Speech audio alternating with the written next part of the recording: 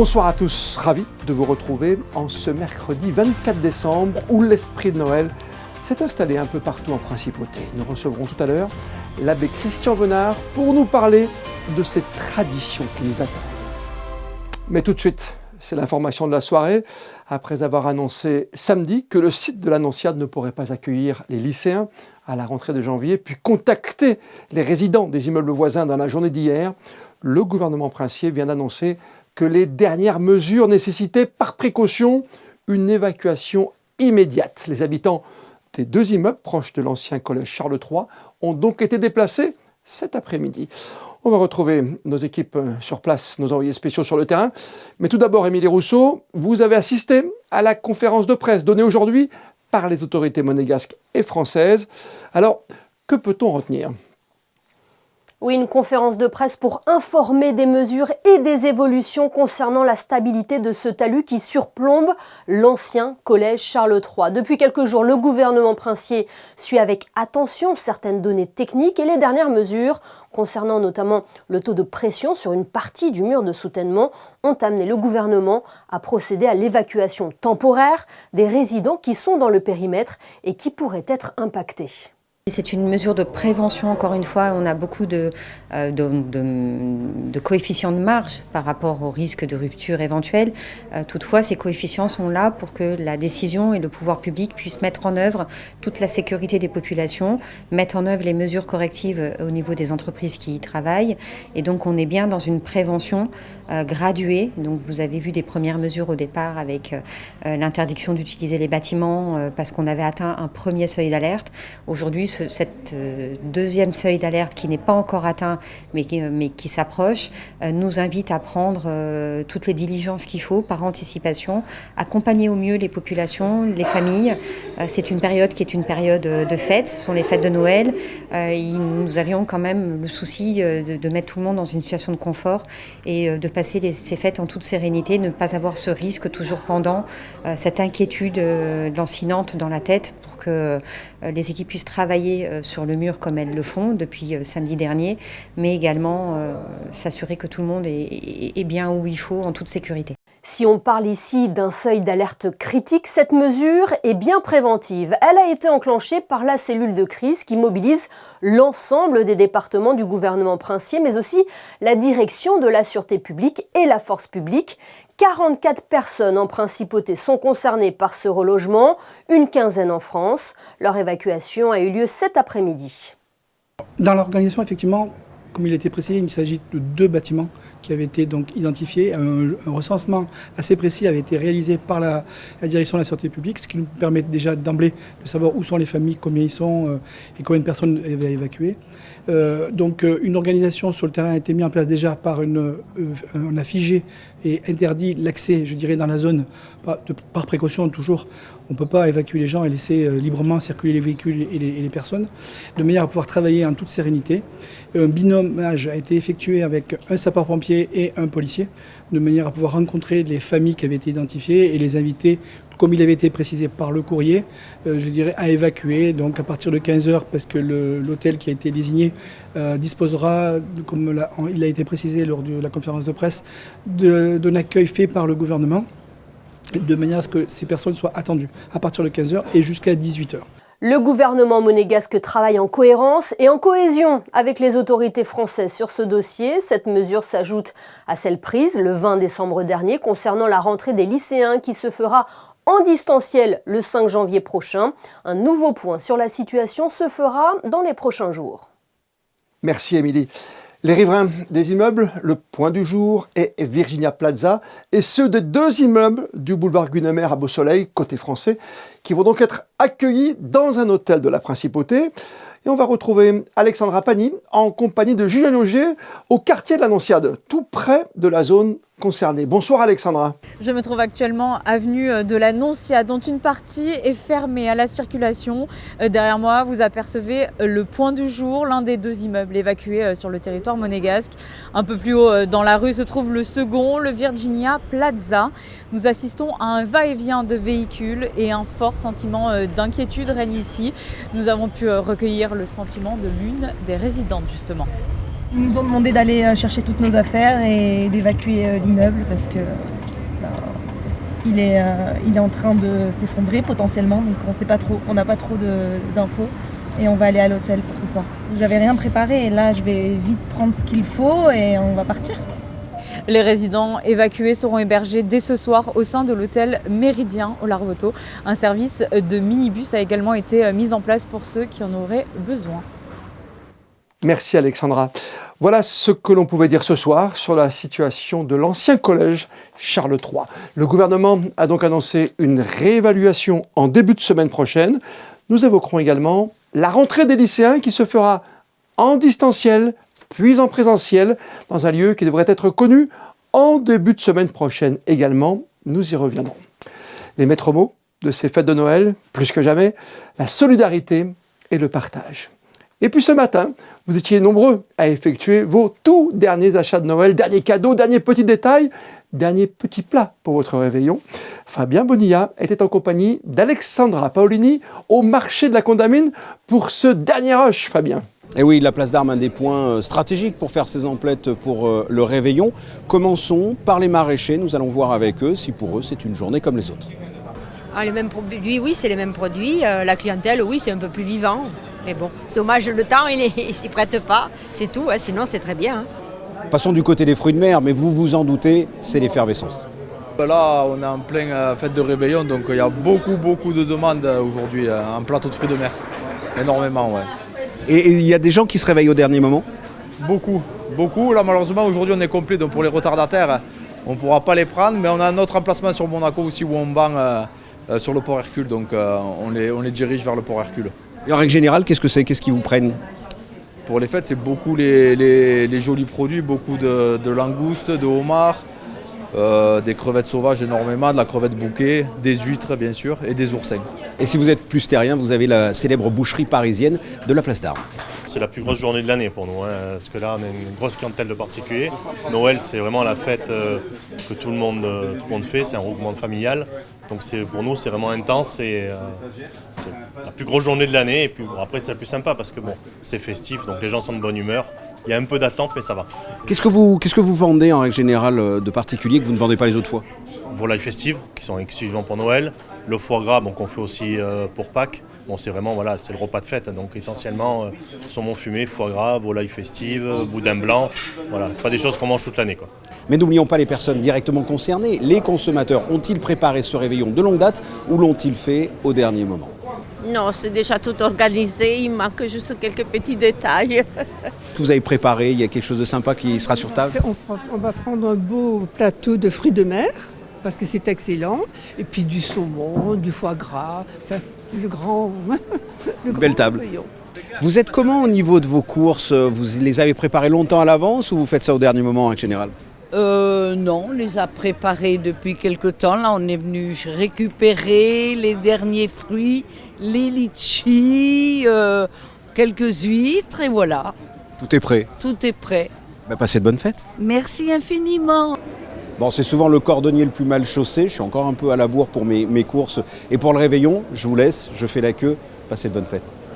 Et ce mercredi matin, la plage du Larvoto a accueilli le traditionnel bain de Noël. Un rendez-vous désormais bien ancré en principauté, mêlant défi, convivialité et engagement solidaire.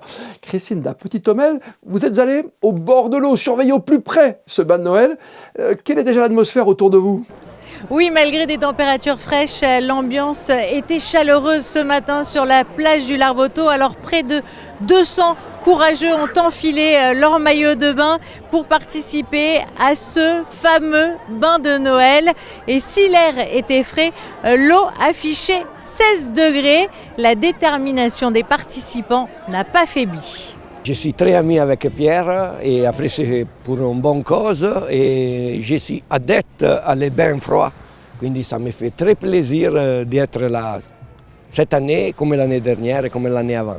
Bonheur pour l'énergie positive pour la nouvelle année, pour chercher de passer du temps tous ensemble, pourquoi pas. Moi, je l'accompagne. Vous n'êtes pas assez courageux pour aller dans l'eau ? Non, Maëlle se baigne toute l'année, l'hiver. Moi, non. Je suis comme le chat. Et pourtant, même le chat, la mascotte des lieux, était de la partie. Moi j'ai un conseil pour les gens, surtout ne venez pas.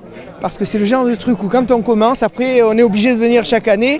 Et alors il y a des années plus sympas que d'autres. Non, ça, sans rigoler, vraiment venez, c'est pour une bonne action. Et c'est toujours une ambiance très sympathique. Mais en effet, on est obligé de revenir chaque année parce que sinon les autres vous disent « Ah mais tu n'étais pas là cette année ». Donc en effet, depuis 15 ans, on est là, à peu près toujours les mêmes. Et de plus en plus de monde, de plus en plus de succès. Et merci, c'est aussi grâce à vous.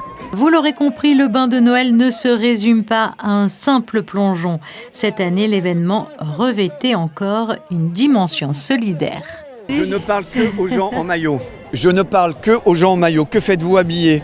Je ne suis pas assez courageuse. Pourquoi cette association cette année ? On s'ennuyait, on s'est dit tiens, et si pour la 21e fois, on invitait les gens à venir se baigner avec nous? Parce que cette année, le bain de Noël est, comme à chaque fois, au profit d'une œuvre caritative ou du moins une association de soutien. Et cette année, c'est pour Monaco Liver Disorder. Cette association qui lutte contre les maladies du foie chez l'enfant soutient depuis 14 ans la recherche médicale et accompagne les familles en créant notamment des chambres dans les hôpitaux pour permettre aux parents de rester auprès de leurs enfants. Chaque année, on soutient une association différente. On se connaît un peu tous à Monaco et généralement ce que l'on aime faire, c'est pouvoir trouver un financement pour des associations qui ne sont pas ou peu soutenues et qui ont un objectif très particulier. Donc nous généralement c'est pour aider les gens, aider les enfants et là on est sur les deux pôles. Entre rire et encouragement, petits et grands se sont donc jetés à l'eau pour la bonne cause dans une ambiance exceptionnelle. Alors elle était comment ? C'est très froid. Ça va. The water is nice, so we just it's not hot like in Spain, but it's here is nice. Maybe tomorrow we'll come back again. C'est la première fois que je participe, mais je reviendrai, j'espère. Et je pense que c'est important. Ça permet de rester en forme tout le reste de la journée. Donc c'est bien. Un bain de Noël placé sous le signe du bien-être donc, de la générosité et de la solidarité, des valeurs à partager et à célébrer en cette fin d'année. Nous vous souhaitons un joyeux Noël à tous. La magie de Noël, son esprit, son histoire, sa définition, ses traditions et son regard à travers le temps. On va l'évoquer ce soir avec le délégué épiscopal au service de la communication du diocèse de Monaco, l'abbé Christian Venard. Entretien de Noël signé ce soir Théo Schumer. Bonsoir mon père. Bonsoir Théo. Merci d'être avec nous sur Monaco Info à la veille de Noël. Ce soir, nous célébrons le traditionnel réveillon. Alors, reprenons les bases si vous le voulez bien, sans essayer d'être trop redondant d'année en année. Noël est souvent résumé à une fête de famille. Mais d'abord, en quelques mots simples, que célèbre-t-on vraiment le 25 décembre chez les chrétiens et catholiques, au-delà du repas et des cadeaux ? Alors, vous faites bien de préciser chez les chrétiens et les catholiques parce que déjà dans l'Antiquité romaine, on fêtait quelque chose le 25 décembre ou aux alentours, on appelait ça le Sol Invictus, le soleil invaincu, parce que à partir de cette période, le soleil à nouveau se met à reprendre sur la nuit, les jours rallongent. Alors l'Église a christianisé cette fête païenne à l'origine pour faire au milieu de l'hiver la fête du Christ qui vient nous rejoindre, de la lumière du Christ qui vient nous rejoindre. Et donc on a fixé très tôt dans l'Antiquité chrétienne la date de Noël, c'est-à-dire cette date à laquelle nous célébrons la venue en notre chair de Dieu en la personne de ce petit enfant qui naît de la Vierge Marie dans une grotte à Bethléem. Donc la fête de la Nativité, elle est venue supplanter une ancienne fête païenne pour dire que le Christ nous apporte la lumière à nous, pour citer un passage des Saintes Écritures, au peuple qui gisait dans l'ombre de la nuit est apparue une grande lumière. Alors, beaucoup disent aujourd'hui, je ne suis pas croyant, mais j'aime l'esprit de Noël. Est-ce que cet esprit peut exister sans la foi ou est-il forcément lié à la nativité ? Est-ce que dès lors qu'on aime Noël, n'importe qui peut être touché par ses valeurs finalement, même si on n'est pas transcendé par la spiritualité, pour parler trivialement ? Alors, je crois qu'il y a deux éléments dans votre question. Il y a le premier élément, je pense que c'est toujours dommageable de séparer complètement l'esprit de Noël, de cette fête, de sa véritable origine. C'est-à-dire vraiment cette bonne nouvelle, le Christ est né, il est né pour tous les hommes, il est venu pour apporter le salut à tous.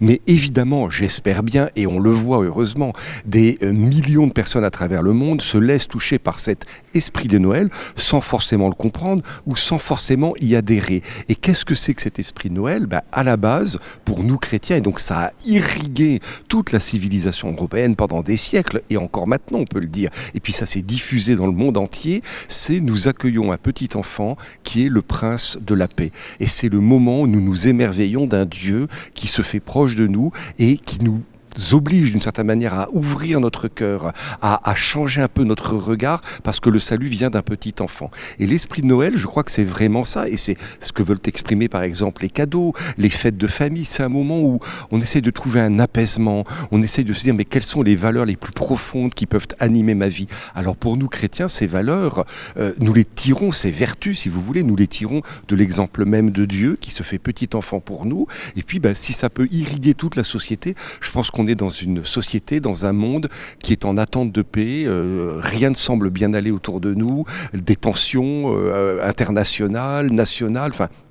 Et donc l'esprit de Noël, c'est ça, c'est retrouver un peu l'esprit de l'innocence, l'esprit de la paix, l'esprit du don.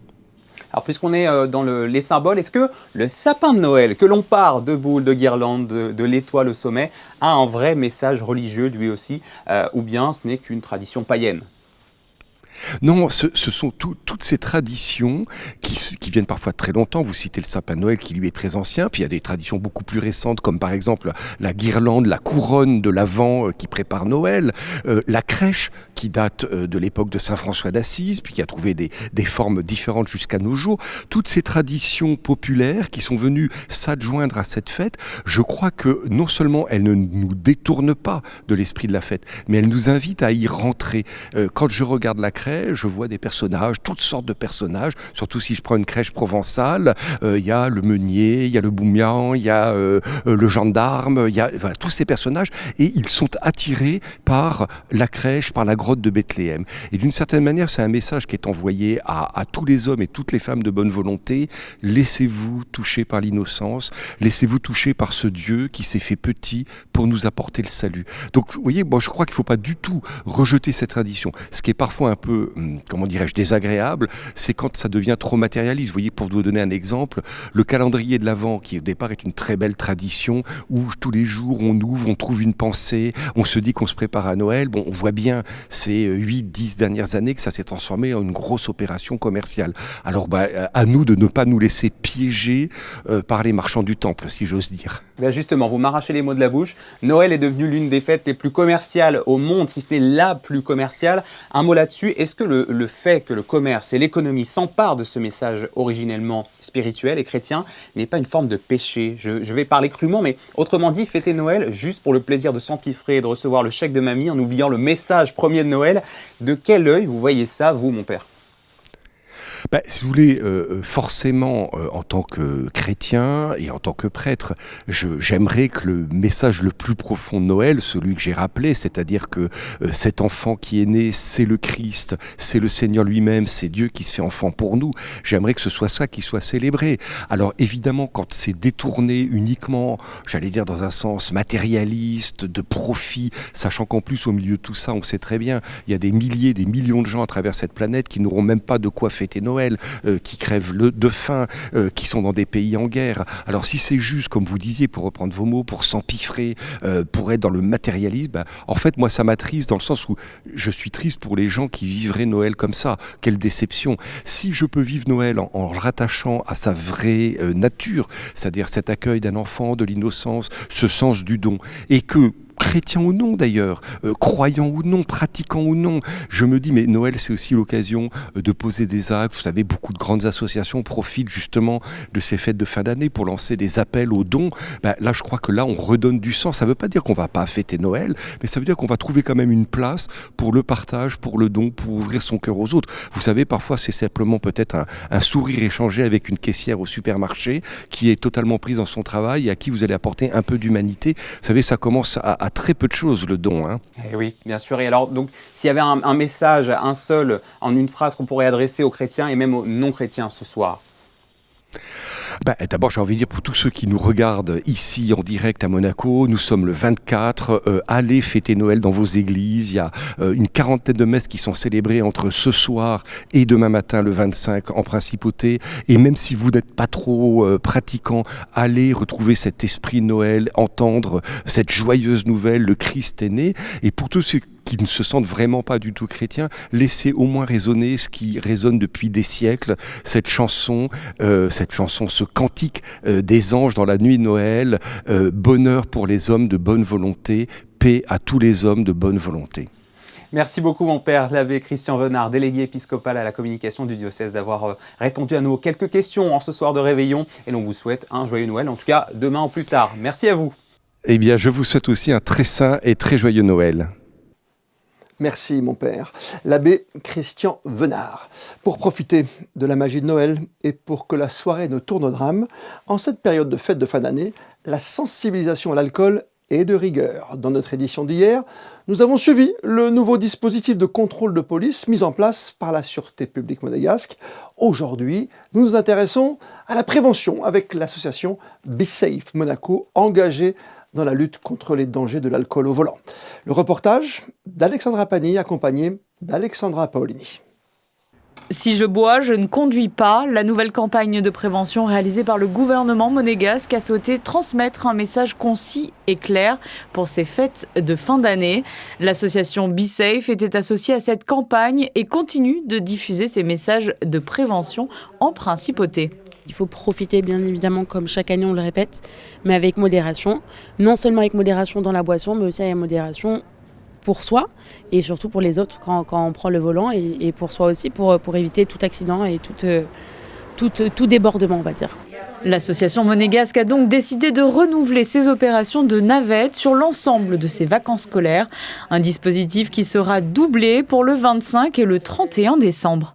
L'année dernière, ça s'est relativement bien passé, donc on a décidé de renforcer la navette qui était d'habitude seule les week-ends durant de septembre à juin, qui est toute seule de 1h à 5h du matin. On a décidé de la renforcer par notre deuxième navette qui a été un don aussi, donc pour nous c'est l'occasion de mettre les deux navettes à disposition pour tous les usagers à Monaco. Et ça a plutôt bien marché puisqu'en une soirée nous avons ramené plus de 257 personnes. Donc on se dit que c'est 257 vies sauvées, donc c'est ça aussi pour nous qui est super important. Et de minuit à 5h, vous pouvez appeler directement l'une des deux navettes.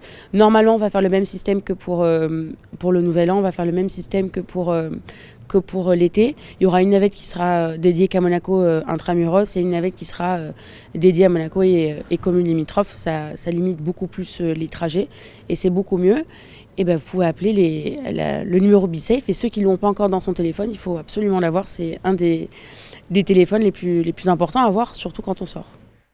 Une navette disponible pour tous, sans limite d'âge, totalement gratuite. Et si vous souhaitez soutenir les opérations Be Safe, vous pouvez faire un don à l'association.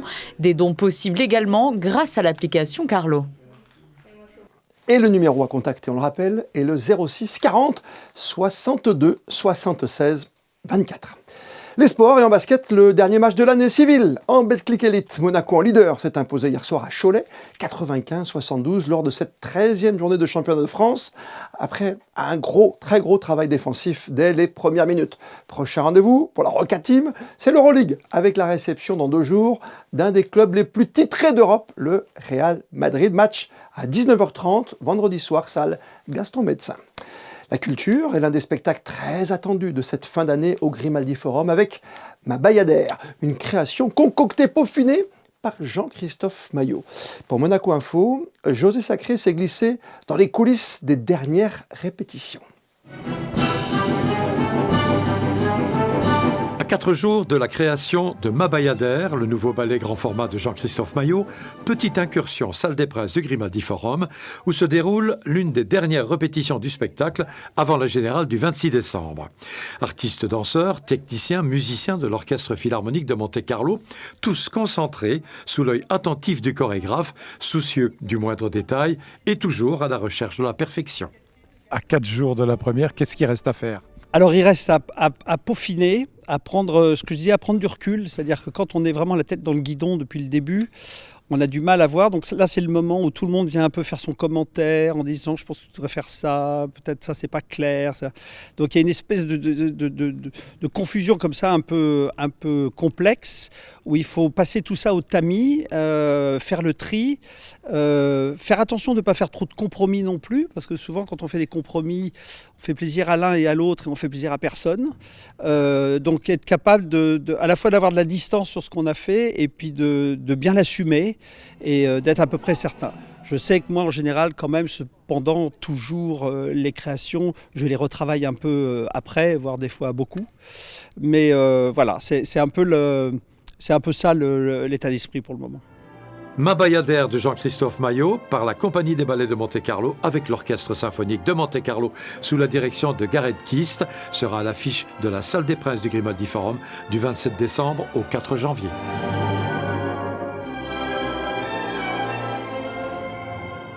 Et notez-le bien, vous retrouverez un magazine inédit consacré à cette création le 30 décembre prochain à 21h sur Monaco Info. Au musée sonographique, des vacances scolaires toujours ludiques, immersives et engagées. L'exposition Méditerranée 2050 poursuit son succès et s'accompagne d'un programme enrichi autour de la Grande Bleue. Voici le reportage de Christine Petit-Tomel, accompagnée d'Arnaud Imbert. Sur plus de 1000 mètres carrés, les visiteurs voyagent du passé vers un futur idéal porté par une scénographie immersive. Point d'orgue du parcours, une plongée dans une Méditerranée régénérée à bord d'un submersible futuriste. Tortues, orcales, mérous ou encore dauphins défilent dans une projection monumentale au cœur du sanctuaire Pélagos. Un succès pour le musée puisque l'exposition Méditerranée 2050 vient de franchir le cap symbolique du demi-million de visiteurs. C'est une grande joie déjà de pouvoir compter sur un demi-million de visiteurs en quelques mois d'exploitation de Méditerranée 2050. C'est dû peut-être à un sujet qui touche les visiteurs, qui sont préoccupés par l'avenir de la Méditerranée et qui ont envie d'agir. En tout cas, c'est ce qu'ils nous disent à l'issue de leur visite de l'exposition, envie de s'engager aux côtés de l'Institut océanographique en faveur des aires marines protégées, en faveur de la biodiversité de Méditerranée. Ils apprécient nos dispositifs immersifs. Le dialogue aussi qu'on fait porter entre ce qu'a fait le prince Albert Ier, ses campagnes océanographiques de la fin du 19e, début du 20e siècle, et ce qu'on comprend aujourd'hui de la Méditerranée, ce qu'on donne à voir de la Méditerranée, et ce qu'on peut proposer comme solution pour la préserver et la conserver pour les générations futures. Parmi les animations inédites proposées pour les vacances, une exploration virtuelle d'une aire marine protégée qui permet de plonger librement sans masque ni tuba jusqu'à 45 mètres de profondeur. Autre nouveauté, le bassin Jean Jaubert et son récif corallien historique à découvrir à l'aquarium, ainsi qu'un dispositif mêlant images d'archives et images contemporaines retraçant un siècle d'histoire océanographique dans la salle de conférence. Un programme donc riche, pensé pour émerveiller aussi bien les enfants que les adultes. Et pour aller plus loin, le musée propose aussi l'occasion de faire un beau geste de Noël, parrainer un poisson, une opération mise en place par l'Association des Amis du Musée océanographique de Monaco, qui permet de soutenir la protection des espèces marines tout en offrant un cadeau original. Qu'est-ce que c'est ? C'est tout simplement la possibilité de devenir une sorte d'ambassadeur d'une des espèces emblématiques de l'aquarium du musée. Par exemple, le requin roussette, le poisson clown, la méduse, le ptérapogon qui est un magnifique poisson exotique, l'hippocampe également. Et en fait, en faisant cela, vous allez contribuer également à faire vivre l'association des Amis du musée et à participer à certaines actions que l'on mène. L'association des Amis du musée, elle sert à faire vivre en fait le musée, la communauté locale, pour tous ceux pour qui le musée fait partie de leur cadre de vie et est cher à leur cœur. L'association leur permet de participer à des colloques, à des expositions, également parfois à des nettoyages de plages, à des temps forts qu'on organise l'été ou l'hiver. Mais plus concrètement, l'association des Amis du musée va financer des opérations comme la restauration du patrimoine, de livres anciens qui appartiennent au musée, du matériel pour les soigneurs de l'aquarium, ou encore la possibilité pour des enfants accompagnés par des associations de pouvoir être accueillis ici à Monaco et au musée, de découvrir notre belle principauté et également tout ce qui se passe à l'aquarium.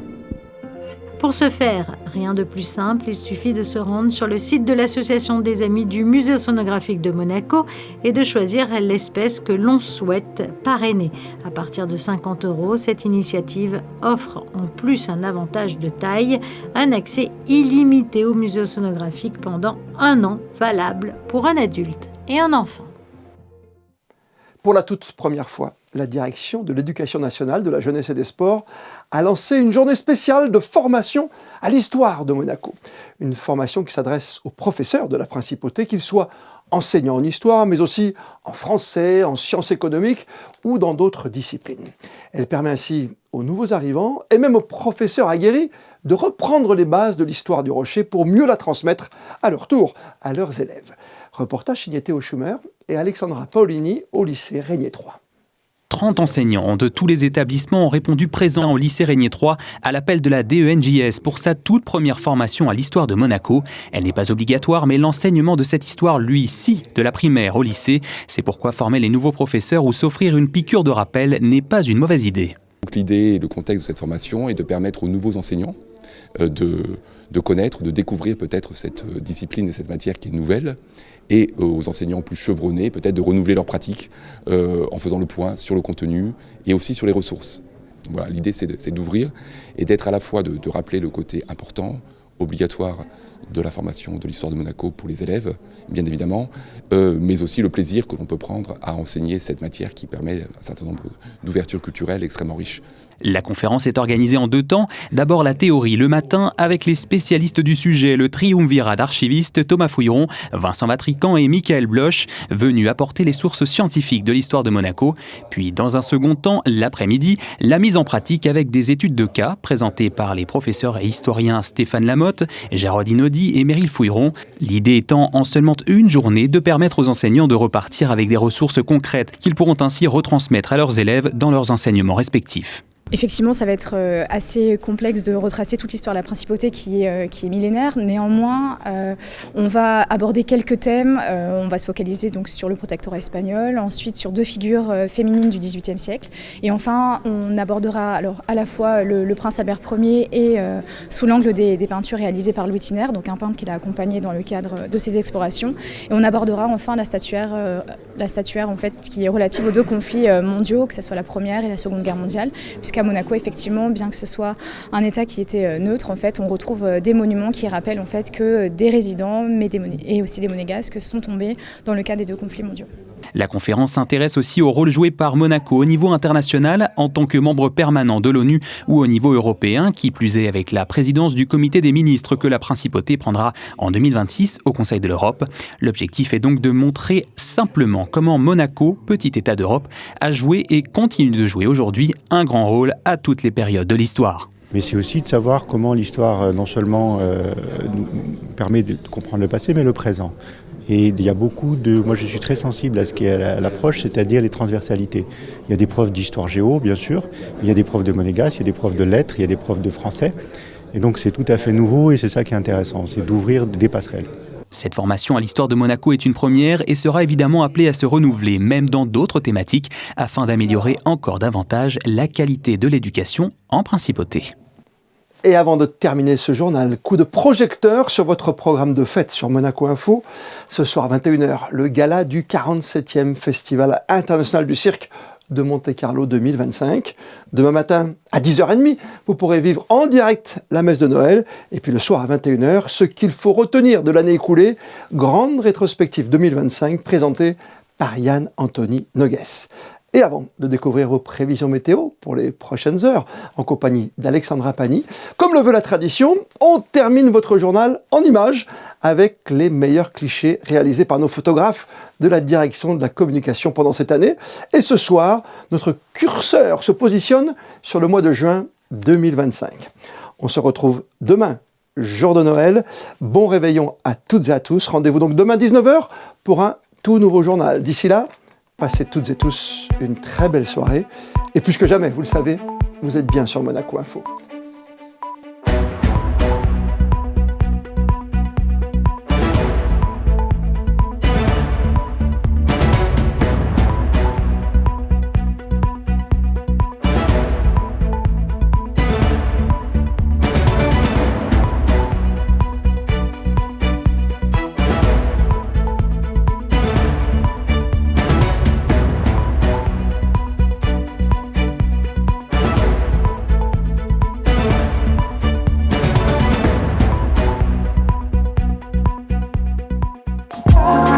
Retrouvez la météo avec Maya Bay, le restaurant référence thaï japonais de Monaco.